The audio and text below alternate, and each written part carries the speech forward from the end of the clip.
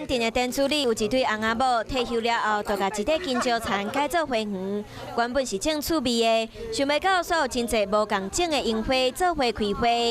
有种了这个八重樱，另外还有这个白色的是雾社樱，雾社樱只有1颗而已。其实无形中，插花柳成荫那种感觉，收获那个感觉，是不是金钱可以衡量的？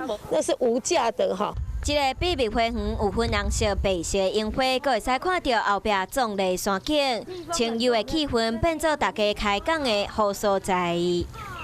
不用跑2、3个小时的山路，一下子就能够来到这个半山腰上，而且它这边的地势稍微有点制高点，还看得到清水溪。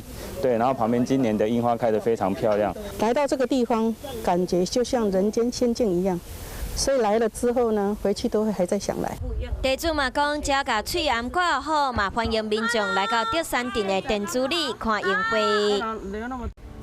我是陈雅玲，想要跟我一起从零掌握天下事吗？赶紧按下华视新闻 YouTube 频道的订阅按钮，开启小铃铛，跟我一起探讨公共议题，给您最专业的华视新闻。